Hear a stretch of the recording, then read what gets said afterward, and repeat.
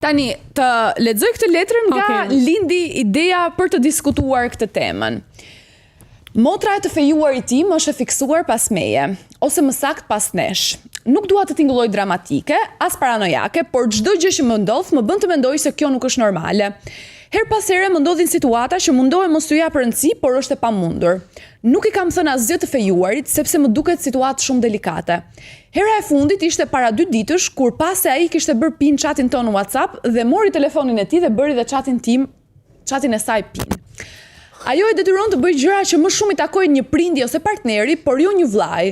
E thërret atë që ta marrë dhe ta çojë në vende të ndryshme, dhe pse babai i tyre ka makinë dhe mund ta çojë vet atë. Ka ditë që ajo sillet si e ofenduar gjithkohon, sikur ai ka bërë diçka. Dhe ai normalisht lë gjithçka dhe shkon ta qetësoj.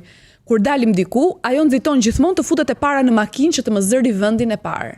E gjitha kjo më ka lodhur, sepse unë nuk po garoj për dashurinë e askujt, ndërkohë që ajo po e kthen të gjithën në një garë.